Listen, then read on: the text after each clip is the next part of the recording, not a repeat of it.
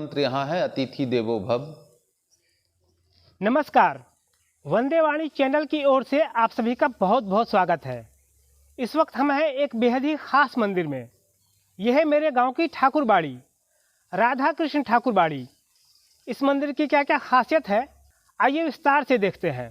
हम जिस पावन भूमि पर खड़े हैं वह बिहार के नवादा जिले में पड़ती है। गांव का नाम है बाली। सिर्फ एक मगध शब्द से आपके मन में जो तस्वीर खिंचती हो, समझ लीजिए कि उसके ठीक केंद्र में है यह गांव। सदियों का इतिहास समेटे आध्यात्मिक ऊर्जा से भरपूर इस गांव में वैसे तो और भी सिद्धपीठ हैं, लेकिन फिलहाल हम बात कर रहे हैं इस राधा कृष्ण ठाकुर बाड़ी की।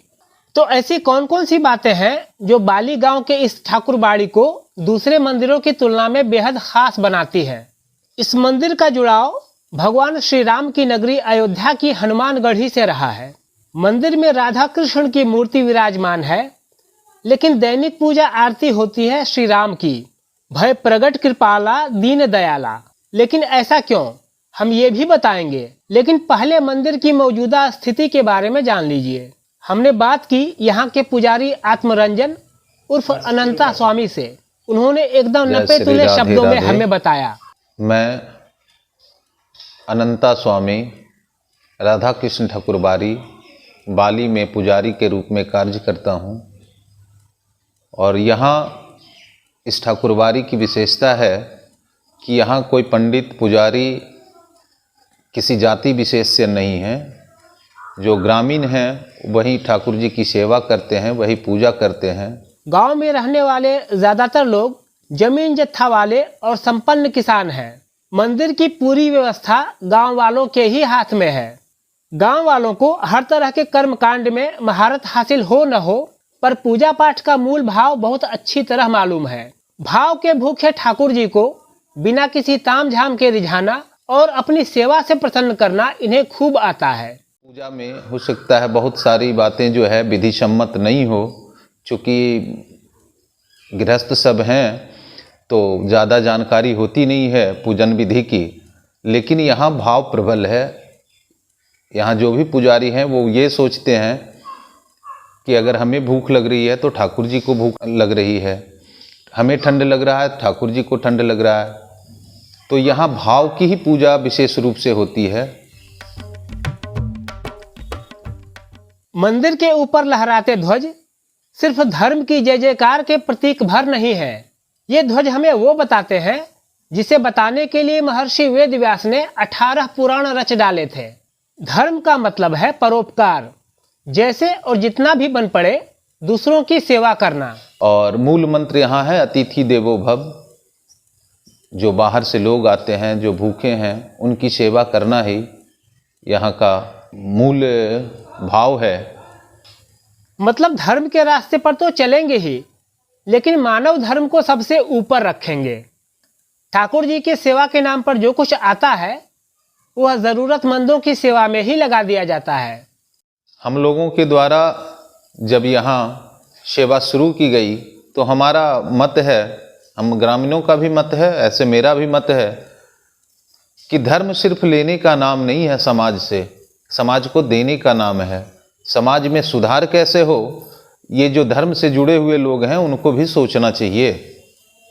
इसके लिए हम लोगों ने एक पहल किया कि पहले तो बच्चों को यहाँ पे जो ग्रामीण बच्चे हैं, आर्थिक संपन्न नहीं हैं, उनके लिए यहाँ शिक्षण की व्यवस्था की निःशुल्क।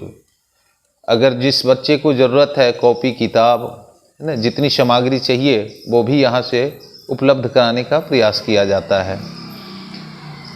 इसके इतर यहाँ पे एक लाइब्रेरी, एक पुस्तकालय, जिसमें कि धार्मिक पुस्तकालय भी हो और शैक्षणिक भी हो। शैक्षणिक मतलब जो बच्चे पढ़ाई करते हैं उनके लिए भी सामग्री उपलब्ध हो। मंदिर में ठाकुर जी को भोग लगाए जाने के बाद हर दिन आगंतुकों में बांटा जाता है महाप्रसाद। ऐसा महाप्रसाद जिसे एक बार कंठ से नीचे पहुंचा देने के बाद आप 56 भोग का स्वाद निश्चित ही भूल जाएंगे। लेकिन इसे पाने के लिए आपको ठाकुर जी के दरबार में हाजिरी लगानी होगी। इस मंदिर के गौरवशाली इतिहास और इसके प्रथम महंत की दिव्य शक्तियों की चर्चा से पहले इस पूरे मंदिर के दर्शन कर लीजिए। मुख्य मंदिर के गर्भगृह में है राधा कृष्ण जी का विग्रह। यही लड्डू गोपाल की झांकी मिल जाती है, जो झूले पर विराजमान है और भक्तों को परम आनंद दे रहे हैं। पास में ही संकट मोचन हनुमान जी की प्रतिमा है, जिनके दर्शन करके हर किसी के मन में भक्ति और अदम्य साहस का संचार हो जाता है। मंदिर के प्रांगण में प्राचीन शिवलिंग है।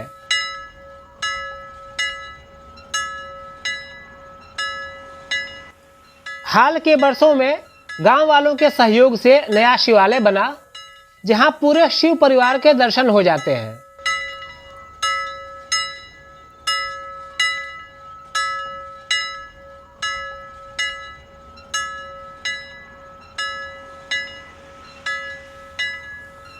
यहाँ आम, बेल, तुलसी, आंवला समेत कई पेड़ मंदिर परिसर को अत्यंत मनोहारी बना देते हैं। शांत और आध्यात्मिक वातावरण हर किसी का मन पवित्रता से भर देता है।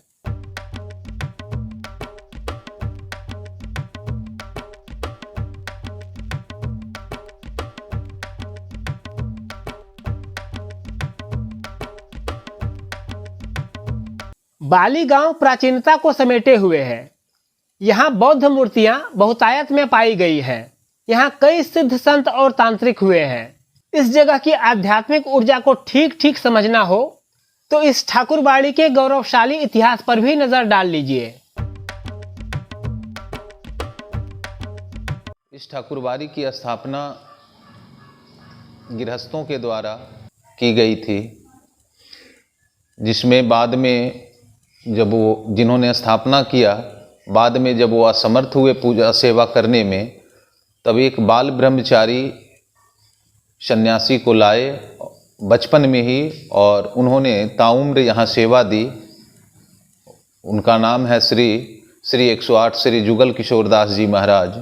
उनके ब्रह्मलीन होने के पश्चात उनके सेवक हनुमान दास जी ने सेवा की यहाँ। पहली बार मंदिर का जीर्णोद्धार 70 के दशक में हुआ, लेकिन जानकारों का मानना है कि मंदिर की स्थापना 20वीं सदी के शुरुआती दशक में हुई थी।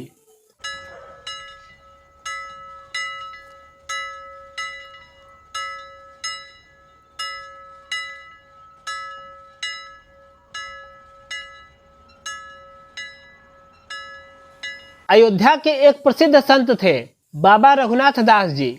इन्हीं के शिष्य थे युगल किशोर दास जी, जो कि इस ठाकुरबाड़ी के प्रथम महंत थे। महंत जी बाल ब्रह्मचारी थे। उन्होंने इस ठाकुरबाड़ी को अपनी तपोभूमि बनाई और आजीवन यहीं के होकर रह गए। सिद्ध पुरुष थे। उन्हें अक्षर ज्ञान नहीं था, इसके बावजूद पूरा रामचरितमानस कंठस्थ था। मानस के प्रकांड मर्मज्ञ थे। कहा जाता है कि वे वाणी सिद्ध थे। उनकी जिह्वा पर जिसके लिए जैसा आ जाता था वैसा होकर ही रहता था। गांव वाले आज भी प्रमाण के साथ इसके उदाहरण देते हैं। अब इस सवाल पर लौटते हैं कि राधा कृष्ण जी के विग्रह के आगे भय प्रगट कृपाला दीन दयाला की आरती किस तरह दैनिक पूजा का अंग बन गई।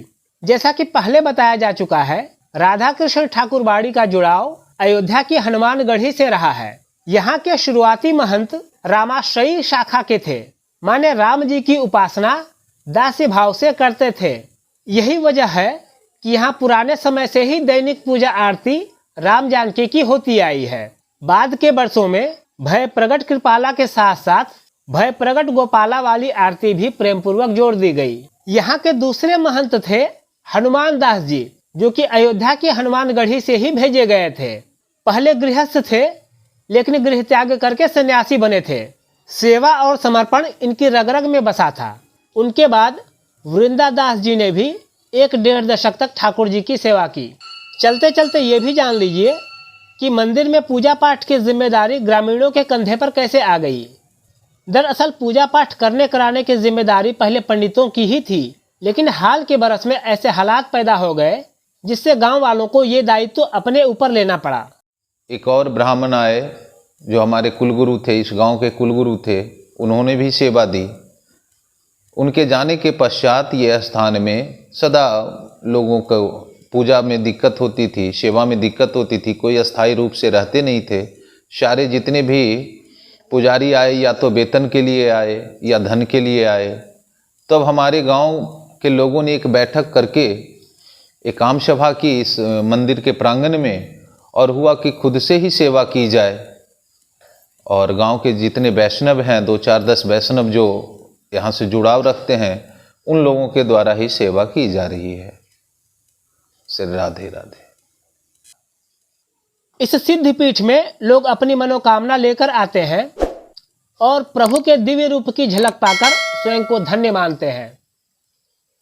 आप जय श्री सीताराम बोलिए या जय श्री राधे श्याम बोलिए, आपकी प्रार्थना इसी दरबार तक पहुंचेगी।